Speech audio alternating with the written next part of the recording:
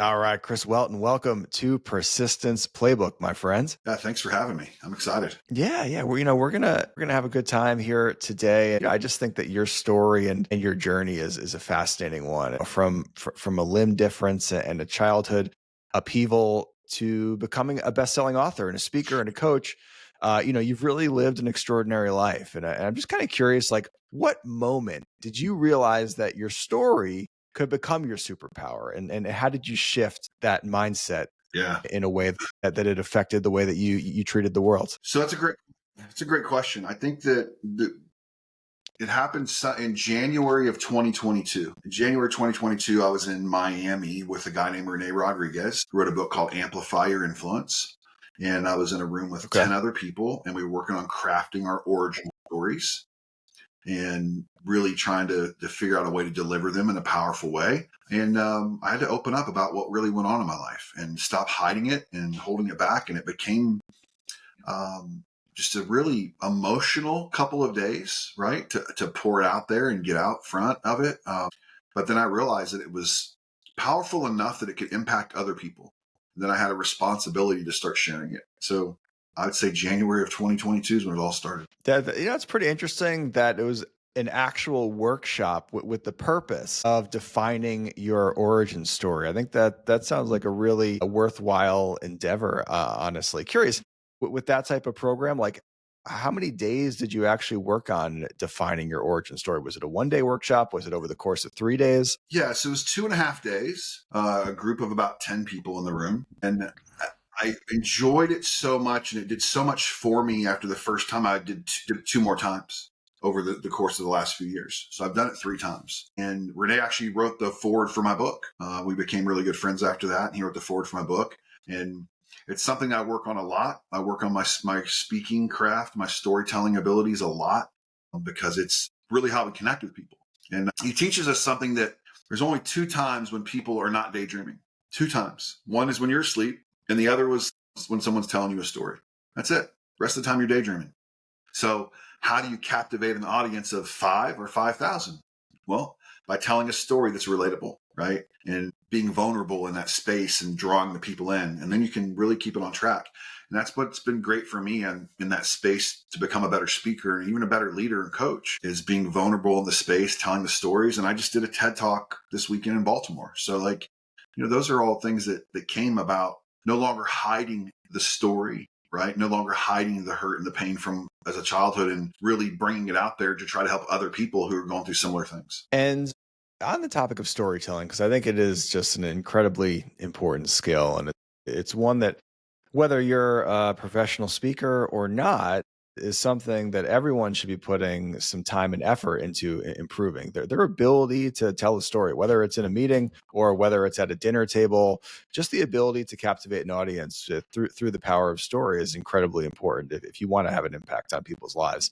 What are some of your key pillars for good storytelling? Well, I think that the first part is telling a story that's true. I mean, That helps. a lot of, yeah, but you'd be surprised. A lot of people like to get on stage and make things up because they Sure. think it's what people want to hear. And nothing flows better than a true story from the heart, right? And the biggest thing is the vulnerability piece, but being honest with the story, where it came from, how it made you feel. And it's all about the frame too, right? It's like, I'm sharing this with you because I feel like maybe somebody in the crowd has been through something similar, right? Right. And Right. connecting with the frame, and then what the tie down would be at the end. But really, really understanding how important that piece of it is, because I've been fortunate enough to meet tons of speakers over the last few years. And then you find out maybe some of the stuff they're saying on stage is complete bullshit, Sure. right? So, For sure. I mean, it is. And it's very disheartening as a fan to find out that the guy you've been following and looking up to, when you meet him in person, that's all made up. Like, that was not him. He heard that story somewhere else, made it his own, and now yeah. So I think the first thing is being honest and being able to speak from the heart. It's really easy to tell a story when you speak from the heart, and it's the truth of things you've felt and you've been through. It's very easy to do once you release the fact of not being worried about what people are going to think about you because your mother was a drug addict like mine, or the decisions you've made through business, like whatever it is, getting rid of that judgment piece and then just being 100% vulnerable. People appreciate that. and they connect on a high level that way. Yeah, and I think one of the key words you said there was felt, right? You really describe to the audience or whoever you're speaking to, not just what happened, not just the facts, but how it made you feel in that moment. What was your internal experience like? What were you thinking? What thoughts were going through your head? What emotions were flowing through your body? Those are the things that are going to make people lean in and really listen and it be engrossed by a story. If you just tell people what happened, A to Z, the facts, they may listen, but they'll probably tune out at some point. But if you sprinkle in some emotions and some internal thoughts and maybe some dialogue that you had in the moment, that is what is really going to make people lean in and remember not just your story, but how your story made them feel. Yeah, it becomes very powerful when you do things like, imagine if you would have been in this spot, right? This is what it felt like standing in front of this person. This is how it made me think. And then one of the things that's really powerful from a speaking perspective is the power of the pause. And that's one of my specialties on stage is I can pause and then I'll draw the crowd in even more, right? Because if I'm running at 100 miles an hour on stage speaking, which I'm known to do, I speed up a little bit. The pause slows it down, keeps people on the edge of their seats. Plus, if you can learn to replace an and but and yeah and all these other filler words with a pause, your story comes more authentic and is more believable too. But just you feel like people can really get their arms around it. If someone's on stage and you're going, you're like, okay, well, first of all, they shouldn't be on stage because they're not a pro, right? But the second of all is he thinking about this and making it up as he goes when he says yeah, right? So the power of the pause as a speaker for me is one of the things I'll work on a lot. Totally I'll have agree. walk on stage and people will say, dude, the way you paused right there, like that was like, Huge. it made me really just stop for a second. And why is this guy pausing? Yeah, I mean, I think it's a huge fundamental, whether you're on stage or not, of just powerful communication is just the confidence to insert the occasional pause in your rhetoric. It takes a bit of confidence, right? Because there's a bit of anxiety that goes on with pausing in the middle of a story or even in the middle of a sentence because you're scared someone's going to interrupt you, you're going to get stepped on. But if you do become comfortable with inserting these pauses in your speech, it's going to make your message land a lot more impactfully. And there was a famous piano player, actually. His name was Arthur Scannable, and he had a fun quote that kind of relates to this. And it was the notes I play no different than any other piano player. It's the pauses between the notes. That is where the art resides. And I think you can relate that to speech as well. And yeah, I do agree. The most impactful speakers are ones that utilize the occasional pause more so than your average speaker. And I'm happy you brought that up because it's such an important skill for impactful communication.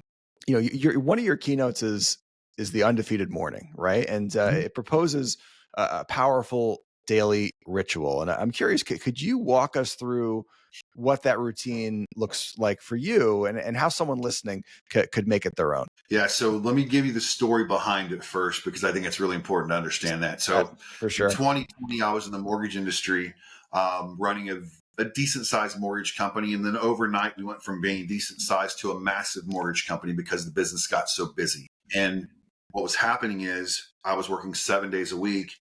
I would get up at 5 a.m. like I had, and I would grab my phone and I'd look at my phone and I'd see all these emails from underwriters the night before and all these things that need to be taken care of. So I started taking on the world's problems at 5 a.m.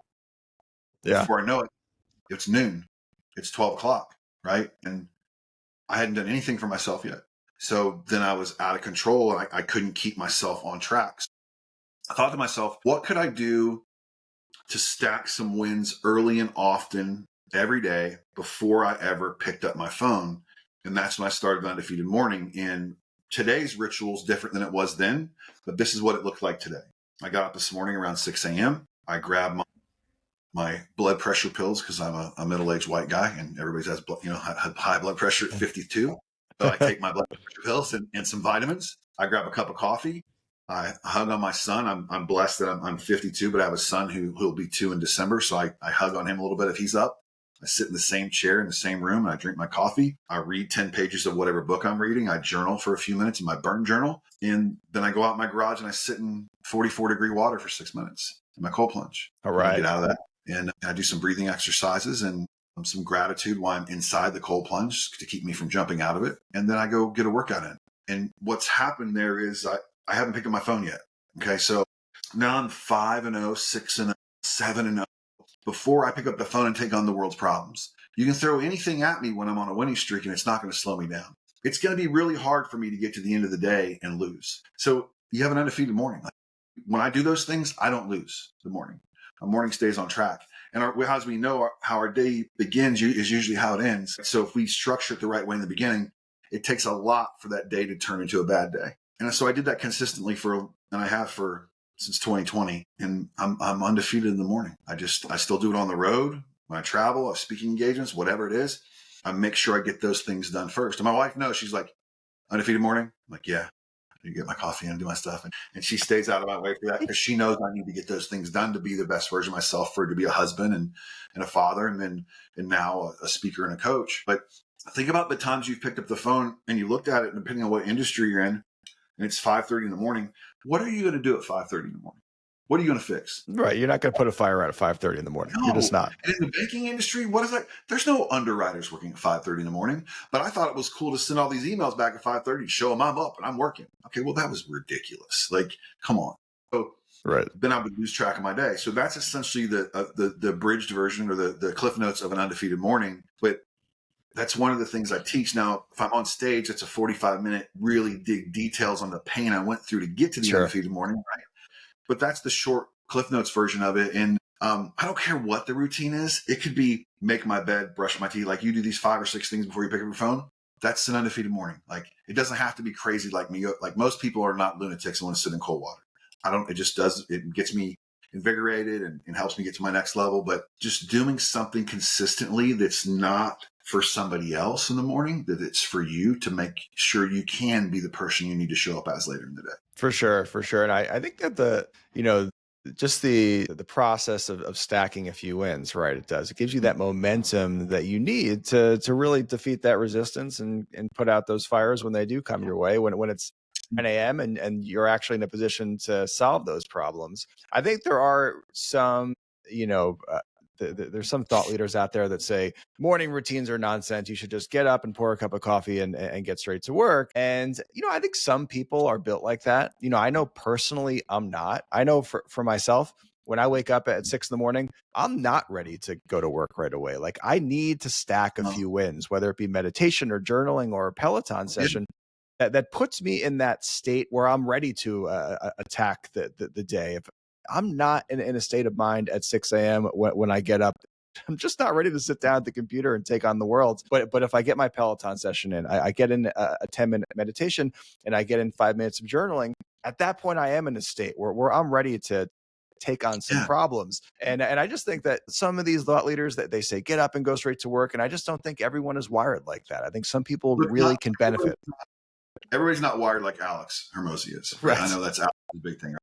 Right. And Alex is a different breed. So Alex, when do you go to the gym to look like you do? Because I need to figure out when that is, because I have to do it in the morning. You must do it in the afternoon or whatever, but you're doing a routine, Alex. You're just not doing it at 5 a.m. It's getting done somewhere along the lines. I mean, I appreciate your, going viral with the video and all that other stuff, but he doesn't look like he does and win at a high level like he does without some form of routine, whether it's an afternoon routine or the morning. He just don't. Like, it's just impossible. That's a good point, right? He's doing his routine. It's just in the afternoon or the evening. It's not in the morning. And I think as an individual, as an entrepreneur, you just got to figure out, what works best for you. Some people are going to work best first thing in the morning. Some people are going to work best after a journaling session and a Peloton session. And you got to figure out what is going to work best for you, because we all kind of work in different rhythms. We're all built a little bit differently as far as work goes. Some of us should be doing deep work the second we wake up. Some of us should be pushing our phone calls off to the afternoon. And you just got to figure out what works for you and then stick to that strategy. Curious, I think the one thing that people will struggle with the morning routine that you just proposed is not touching your phone, right? That is the toughest thing, because you get up and you want that dopamine hit. I want to do some scrolling. I want to feel good. I want some cheap chemicals flowing through my brain. I want the TikTok dances. I just want to watch something that'll wake me up a little bit. What strategies would you give someone to actually not touch their phone until they get a few wins in? Like, how do we do that tactically? I mean, if you have to buy an old school alarm clock and do it that way because your alarm's on your phone, then do it that way. But if you're living in a world where you're giving yourself dopamine hits before you've earned them, chances are you're not going to succeed at a very high level, right? So like if you're looking for dopamine first thing in the morning and you haven't earned, I call it earning the right to pick up my phone, right? And yeah, I love Instagram like everybody else. Who doesn't? I love TikTok like everybody else, right? But it's a reward. Look at it as a reward. Like I love donuts. Donuts are my thing. Like we don't bring, like we buy donuts. We only buy a couple because we know if we bring a dozen in the house, Dad eats the whole dozen. Like we just can't do it. But I know that if I go put in 90 minutes at the gym and I burn 1,200 calories, I can have a donut if I want to, right? Like, so it's the same thing with that. We have to have that discipline to not pick up that phone. And I know for some people that's really hard. They want to get on there first thing in the morning and see who did what last night or whatever, live vicariously through them. But how much different would it be if you earned the right to do that instead of just giving yourself the reward? Be a whole lot different. Be a completely different experience. And I agree with that. That is I think an effective and useful mindset shift is you're earning the right to look at your phone. You're earning the right to do a little Instagram scrolling. You're earning the right to check your email, as silly as that sounds. But I actually have the old school alarm myself, because that does keep me away from my phone for the first hour of the day. I used to use the phone alarm, and I would set the alarm off, and just a lot of times the temptation of picking it up and doing some scrolling, checking my email was just too much for me. And I just kind of know thyself. I knew this was a weakness of mine, and I just reduced the friction, and I just kind of took away the decision. I got an old school alarm clock off Amazon for $20. The thing plays birds chirping every morning. It works. I shut the Yeah. birds off, and I don't look at my phone for an hour or so in the morning. And I do think that is a powerful mindset shift for everyone that wakes up, turns over, and does some scrolling right away. Right. If you are just immediately pressing that pleasure button first thing in the morning, the odds of you going out and doing the things that are really supposed to cause the dopamine, the success, the relationships, the workouts are much less likely if you're Mhm. pressing that easy pleasure button first thing in the morning. Yeah, and then you're looking at what people are acting like is their real life, and we know that's a whole nother show we could do. That most of the stuff you see on there is complete fake BS. For sure. For sure. You can't be comparing your real life to someone else's highlight reel. And I think that is a trap that we all fall into once in a while. But right, you got to realize what you're seeing on there. That's very small slice of that person's life. And it's the absolute best portion that they're deciding to show the world. I actually bought one of these things. Have you heard of these brick things recently? Where you scan your phone to it and it blocks all your apps and distracting websites, and it's a physical little piece of plastic. They call it a brick. It's pretty cool. I keep it on my fridge, and whenever I head to my home office, I brick my phone. I go and do some deep work. So even if I wanted to, I can't get to TikTok right now. I can't get to Instagram. I can't get to DallasCowboys.com. I'm a huge Cowboys fan. You look like you're a Gator fan, but by the looks of the helmets behind you there. I love I'm a it. big Gator. Nice. How the Gators looking this year? I know college football is coming up. I think we're going to do really well. I feel that we could be, I think 9-3 is probably a realistic number, but we could be 11-1. And we have a quarterback who's a potential Heisman Trophy candidate. We've got some good players. We have the toughest schedule in college football. That's why I say we're not going to, we're going to lose some games. Like, we play every hard school you can imagine. Texas, we play Georgia, we play LSU, we play Texas A&M, play Miami. I mean, like it just doesn't get any tougher than that run. But the thing about that is if we go 9-3, we'll make the playoffs because we have the toughest schedule in college football. So then you're a dangerous team. Like then it's 0-0, no records matter. 9-3, you're a dangerous team in the playoffs. So I think we got a shot. I mean, we have legitimate players and we can keep them healthy and had a decent year last year. So I'm excited. I am. Nice. I'm ready for the letdown too, though, because they've done it to me so many.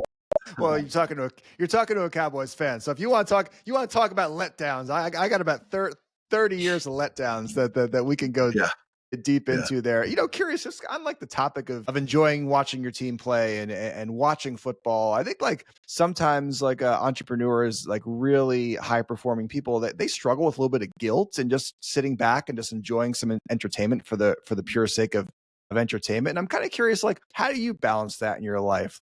Work and just doing things for the sake of pleasure. Well, I earn the right to do that. I'm very work reward based person.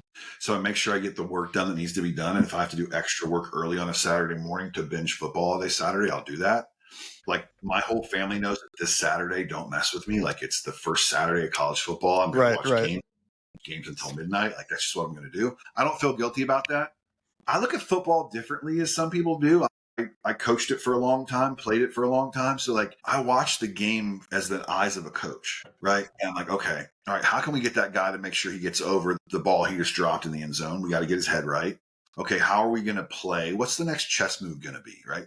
So I look at games that way. A lot of people are just waiting for that big play to happen. I look at it just a totally different manner. I never feel guilty about watching football, by the way. Like I love it. Felt. I love it. You got to enjoy your life too. You really do. I mean, life is not meant to be lived working 24 hours a day, 7 days a week, regardless of what Alex Hormozy tells you. And maybe that is the way that he has to live to enjoy his life the most. But I don't think that's the way most of us are built. I think a lot of us, require some things that are just for the sake of pleasure. And we require, strong relationships that are cultivated over years that require a lot of effort. It's not all work in this life for most of us. For some people, it is. But I think for most human beings, we require some things in our lives that are done just for the sake of enjoyment. And that pours into us. And then when it's time to work, we're even better and we're providing better service because we gave ourselves that outlet. Mm-hmm. Agreed. So you are not only a coach, but a speaker, who turns adversity into actionable strategies. And I'm just kind of curious, like for someone who's kind of like feeling a little stuck or they're facing repeated setbacks, what's a simple but powerful first step that they can take today to start rebuilding momentum? Let me think about that for a second. There's always time to think here on Persistence Playbook. I appreciate it. It's a great question. I think there's several answers to that question, but I think the first one is I teach this framework called the adversity backpack. And essentially everybody has one. Nobody asked for it. It's going to be with us our whole life. You can never take it off. So much power in that backpack that people don't utilize. And what I mean by that is if I could unzip it and open it and look at it and see receipts of things I've overcome, proof of things I've gotten through, chances are what I'm staring at is not as big of a challenge as it appears to be because of stuff I've already overcome or got through. I teach it, you get through adversity, you don't overcome it. So I would say look in that backpack and remember what it was like to win. When was the last time you won at a high level? When's the last time you did something you felt great about? Okay, well, why can't we go back there mentally, right? I'm not saying go back and trip over your past because too many people do that. But what if we used it as a tool instead of a burden, the adversity we faced previously? And anytime I look at something that's challenging and coming at me now, I reach in that backpack and I pull out proof of things I've gotten through. And it helps me shorten the time frame I spend in that negative time. And that's really what it comes to. Everything you've ever faced in life, adversity you've gotten through because you're still here, right? You're still alive. But how can I go back and pull strength from that to face the things that are challenging me today? And it's there. It's always with you. You don't realize that you got that on you, but unzip that thing and look inside. That's what I would tell somebody who might be going through a little bit of a losing streak right now. Yeah, I love that, right? Look towards your past and remind yourself of some of those battles that you fought and that you won. I think that, on all of our life resume, we can look back and we can find some successes that maybe we don't actually shine the light on nearly enough. I think we're all, hardwired to shine that light on the failures. It's almost like when you play around a golf and someone asks you how you played, you usually go, I sliced 2 on 9 into the drink, and you don't talk about the putt you made on 15, the double bender for birdie. And I think we do that in life as well. But I think that if we made it a practice of whatever quality or skill that we're trying to build, maybe it's courage, maybe you're trying to just become a more courageous version of yourself. Look back on your life resume and remember a few times where you were scared shitless and you took action anyway. And remember those times and remind yourself, I am a courageous son of a gun. I've done it. And that proves to me I can do it moving forward. Yeah, agreed. I think it's even useful, and I've done this before. I've opened up an app on my phone or a note on my phone, and if there's just a quality that I'm looking to ingrain in myself, I'll look for opportunities to put that quality to use. Like, let's say it's courage. I'm trying to be more courageous. Like if I'm in a meeting and I'm scared to say something, I'll be like, oh, this is an opportunity to make a vote towards me being courageous. It's an opportunity to make a vote towards this being part of my identity. And I'll speak up in that meeting. I'll pull out my phone and I'll actually write down, spoke up in a meeting. That's a vote towards me being a courageous person. Mm-hmm. And I just think that the more votes we can accumulate towards these qualities that we want, and the more we actually recognize that we're doing so, the more so it gets ingrained in our identity, and the more so that we're going to find it coming up organically in our day-to-day lives. Yeah, I mean, most of the tools you need, you already have. You've used them at some point in your life. You just forgot they were there. Very true. I totally agree with that. And, on that note, you in your talks and your coaching, you talk about accountability as a cornerstone of growth. And, for someone that struggles to stay accountable to themselves, what is one system or practice that they could put into place this week to start making it stick? Well, I mean, I think that the toughest thing with the accountability space is that if you're self accountable, people treat themselves really bad. Historically, people treat themselves worse than they would let anybody else treat them. Right. So So I true. have a conversation with myself first. Why would I let myself treat myself that way? Accountability starts with keeping promises to yourself. And if you're struggling with keeping those promises to yourself, start small. Everything in life, when it comes to being successful, is about momentum. It's about momentum. And if I can, we talked about stacking wins earlier. If I can make a couple promises to myself and stick with those and then continue to add to them, that stacking wins and momentum will follow. That's just a natural process. Find an accountability partner, someone else. It doesn't have to be a coach you pay or somebody else, but somebody that holds you accountable at the end of the day, that you said you were going to do these things, or you're going to text into the day, completed my tasks, or whatever that is. It's all about the momentum we get to. I'm fortunate enough to coach some of the highest producing mortgage originators in the country, guys that make millions of dollars a year. And I coach CEOs of companies as well. And they all have the same issues with accountability. I get multiple text messages in the evenings, or I've got one client text me at 4:45 every morning Pacific time, that he's up out of bed because that was a problem he was having. And these are high level individuals, guys that have multiple commas in their W-2s, right? Like guys that do very well, but they still have the problems that everybody else has, but they're aware of the problems and they're seeking help and to get through those, right? They know what those things look like. So I would say that keeping promises to yourself is the first way to build that accountability piece. Yeah, I agree. I think there's some power in, once in a while when I find myself falling off and I'm just not getting the things done that I know I need to get done, is I'll actually start writing my to-dos in the form of promises. Like instead of just writing the to-do, call your father to catch up. Like I'll write, I will call my dad today. And I just think that there's something powerful about writing a task in the form of a promise. And like you said, if we start writing out, whether it's freehand or in a note on our phone, 2 to 5 I will statements a day, and then we start knocking those off every single time, then that's how we start to strengthen that self-integrity muscle. We start to respect ourselves, and we start to trust that when we say we're going to do something, we're going to do it. Even if we don't feel like doing it, we made that promise to ourselves. We made that commitment. It's going to happen at some point today. And I agree. The more we can make and keep those promises, the more we can just take control of our outcomes. If it's important, you should schedule it. If it's important, it should be on your calendar. I'm not a big to-do list guy. I'm a calendar guy. So if there's 5 things I need to get done today, it's on my calendar for this time slot.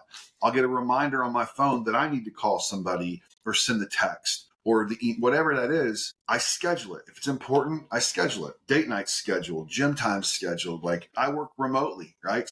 I have playtime scheduled with my son who's almost 2. Like I go play with Leo. It's on my calendar. If it's important to you, you should schedule it. And even put it as a reminder in your phone that it reminds you, call dad. Oh, call dad right now. Boom. Then it's done.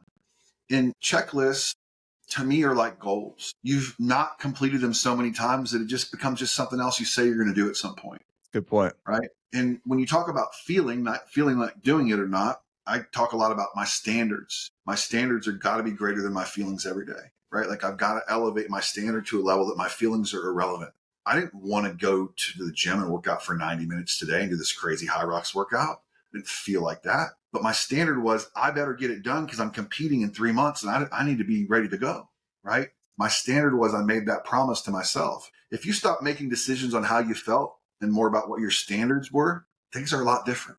Just a lot different. And I have the luxury of working with a local football team here where I live at. I live in just north of Indianapolis, and there's Carmel High School. They won 9 state titles, great program. But the last 3 years, they're 13-17.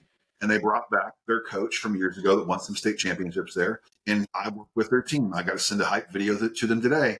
They upset a team week 1. They were supposed to lose by 2 touchdowns. They won by 3. And it's all about understanding they had to change what their standards were. The Carmel standard has returned, right? So what are your standards? Like what standards have you created to make sure you accomplish the things you need to accomplish? I And I love think that. often people are like, I just don't feel like it. I'm going to watch Netflix and do nothing. That's great. Earn the right to watch Netflix, because I love to watch Netflix. Like, I'm watching the Dallas Cowboy documentary thing right now on Netflix, right? That's what I'm So watching. it's so good, man. Put that thing right into my veins. I look forward to it every night. Get on the Peloton and ride and watch it, right? It's an Nice, actual nice. workout. But I earn the right to do that. I don't, and I had to learn that over time. Like, I used to watch TV when I was sad. My day didn't go my way. I'm going to stop what I'm doing and go watch TV. No, I can't let my feelings dictate the way I'm showing up. And it's that way in everything. My business, my family, get on this podcast. It doesn't matter how I feel. I have a standard to show up and represent myself. Right. And I think that's just a habit, right? And I think we got to realize that like Yeah. sometimes in the beginning, we're not going to be very good. Sometimes at doing that, we're not going to be good at defeating our feelings. Our feelings may win a lot in the early Oh, of going, course. but Oh, yeah. but if we realize that this is just a habit we're ingraining, and the more that we do the things on our calendar, right? So you're not a believer in to-do lists. You're more of a time blocker. It sounds like, as your productivity method. Sounds like when you put something on your calendar, that's basically a promise to yourself. You're like, I'm It is. showing up for myself. I am gonna add 1,000 words to my keynote in this hour of time today. That's a promise to myself. And then as my reward later, I'll watch some Netflix. I'll whatever it is. But there was a really powerful quote by Tom Bilyeu, the leader of impact theory. Yeah, he's great.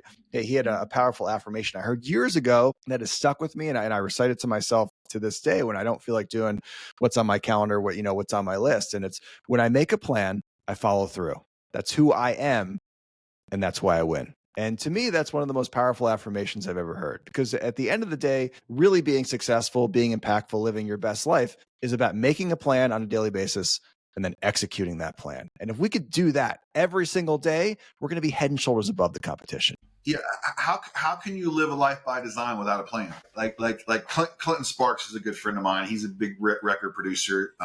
He sold like 80 million albums actually in his career, but Clinton lives a life by design, and he's got one of the most planned out daily routines and lives I've ever seen. So for me, it's like people say, "Oh man, you got all this stuff going on, Chris. Look what you've done." Well, I've lived a life by design because I've been disciplined.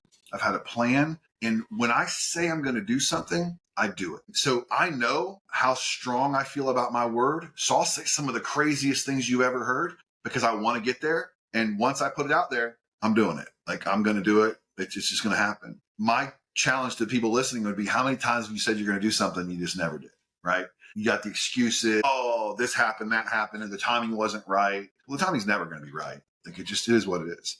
I walked away from my corporate job August 31st, 2023, almost 2 years ago. Had a beautiful corner office, unlimited vacation time, did whatever I wanted to do, showed up when I wanted to, left when I wanted to, crushed it, right? Did my work like I was supposed to, but did whatever I wanted to. I was a partner, was a chief sales officer, and I just got to the point where I wanted to do bigger, more things, impact more people, and live my life 100% the way I wanted to live it. So I resigned, walked out of the company, and I went all into myself. And the number of people that told me I was crazy. I had one of my best friends were sitting across the table when I told him I was going to do it. And he goes, what about your lifestyle? You like nice things. And I said, what about me do you think I'm going to lose? Why do you think I'm going to lose, brother? I'm going to win. Like, it's not about that. Yeah, I like nice things, but I want to do more. I want to be more. And I say that because I had a plan. I put it in place. I created accountability. I created discipline. I have 2 coaches that keep me on track. I have a beautiful wife who backs me. But most people wouldn't have done that. Most people wouldn't have left that cushy job and put it all on the line. And now it's the best thing, besides marrying my wife, the best thing I've ever done. Like, I couldn't imagine ever doing what I was doing before. Like, did my morning routine this morning, went to the gym from 9 to 11, had an 11:15 call with my publisher for the release of my next book just to go over some final stuff. I'm doing a podcast with you. I have a group coaching call I'm doing at 2 p.m. Eastern with about 200 people. On this thing I'm certified with Phil Jones called Exactly What to Say. So I'm teaching that this afternoon. I've got 2 coaching client calls and I'm done at 4:00. Like, that's it. That's my day. Love it, brother. Like, Hell yeah, man. Tomorrow we've got I have the same workout, but I've only got like 3 calls tomorrow. I don't work Mondays or Fridays. Not too shabby. So yeah, when I say I don't work, I work on my business. I don't do calls and You're stuff not on taking Mondays. calls, right? Yeah. Yeah, I'm working on my business, but I'm done by noon on Friday because my son gets up from his nap at 1 and we go to the park, man. Love it. We're going to the park. we're going to the zoo, we're going wherever we want to go. And that's the life that I have designed, right? Like by being a disciplined, being accountable, not being afraid to put it on the line and go after it. And I think that the just kind of going back to, right, designing your day and then executing on that plan. I think what a lot of people struggle with when it comes to that specific strategy, time blocking out your day, is that things pop up. There's fires, burning all around you, or little what seem like urgent tasks pop up, and you feel like you have to do it right away. But I think to live your life like that, which I do believe is the most effective way to live your life, is set out a plan on your calendar and then execute on that plan. You have to be comfortable with fires burning around you, because things are going to pop up. There's always going to be things popping up trying to grab your attention away from the task that you're currently working on. You just have to develop a callus of sorts to these things, and intentionally block out time in your calendar to deal with these little tasks and these urgent things that pop up. You have to leave some space there, because things pop up that have to be dealt with. But while you're in the midst of some deep work, whether it's practicing your keynote or getting ready for a group group call, a group coaching session, that's your appointment. That's your commitment to yourself, is to work on that for that hour in your calendar. And you just have to develop a comfort with small fires popping up and burning around you. Yeah. One of the things that, people that are listening to this are going, yeah, whatever. I run a company and I can't do that. I've got all these employees. And the truth of the matter is, yes, you can. So one of the things I teach and went over with my clients yesterday who's going through this is there's a big difference between important and urgent. First of all, everybody thinks things are urgent. Maybe not, maybe, but if it's important, it could be something that just you do every day. But urgent is a fire, a legitimate fire. Someone, and I used to ask this when the loan officer would come in my office. They'd be all upset, and I'd go, "Okay, did somebody die?" And then go, "No." I said, "Is somebody going to die?" And they'd say, "No." I said, "Okay, well, click the button on my calendar and we'll schedule a call." Because then what would happen is I have what we call office hours. Certain times throughout the day, I have a 15 or 20-minute block, depending on the number of employees I have working for me. And they could get a 5-minute call or a 10-minute conversation. And what happens is they start solving problems on their own. They become adults again, instead of always dropping off all their trash at your office and hoping you can sort through it and find the answer. Right. So I learned that from a guy named Matt Ishbia. Matt Ishbia owns United Wholesale Mortgage, and he also owns the Phoenix Suns. Matt has 10,000 plus employees. The first time I was at Matt's office in Detroit, Michigan, I got there the day before we were going to meet, and I was working with some other people, and I noticed this line of people outside his office. And if you ever watch the show The Office, do you ever watch the show The Office? Of course, classic. In my estimation, the greatest comedy show of all time. Yeah, I'm right there with you. I agree. It looked like Pretzel Day, right? It looked like Pretzel Day, the line of people. Is it Pretzel Day? Do I need to get a pretzel? They're like, "Oh no, today's office hours for Matt." He allows 2-minute conversations with any employee in the company, and he books a certain number of hours once a week. That's fire. 2 minutes. I love that. And this guy's a billionaire, right? So why can't you implement that in your workspace, right? I'm not saying avoid your people, right? Be intentional on how you train and do the right things, but don't let people overtake your time. We've all got that person that wants to stop by the office and hang out in your office and talk to you. And I'm like, dude, I'm sorry, I'm working. I got stuff to do. But if you schedule it, 2 things happen. One is the conversations are intentional when they come in, right? We're getting things done.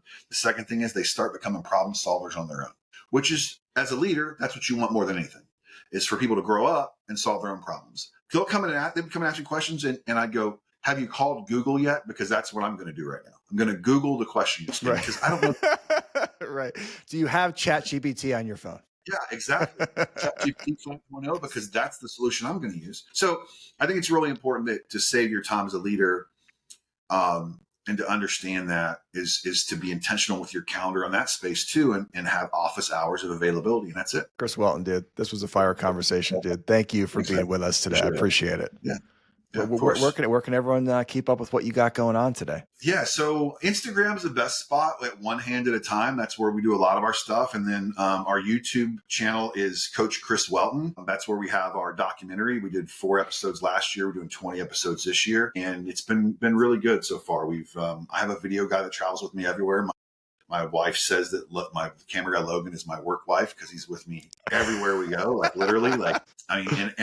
He did live a few miles from me. I just moved to Indiana a couple months ago. I was in Florida for the last 10 years, and he was close to me. Now we have to meet in locations across country, but we document everything, not because I'm trying to be famous, because I just want someone else to see it and go, "Hey, I can do that, man. I can do that. Like if I learn from somebody else, I can shortcut the amount of time it takes to do that. Right. And that's why you put everything out there. Right. I don't charge for my documentary or any of that stuff. All that stuff's free. But if you want to learn more and go deeper with us, you can go through our website. It's chriswelton.live, and you can set up a call with my assistant, and we can talk about other ways we could help you as well. All right, brother. Everyone, go out there, check out his website and the documentary and his Instagram. Chris, appreciate you today, big time, man. That was a lot of fun. Of course, man. And Yeah, Persistence Playbook Nation, this is your weekly reminder that you will feel resistance to the important work in your life this week. In those moments, lean into your why and take action anyway. We'll catch you on the next one.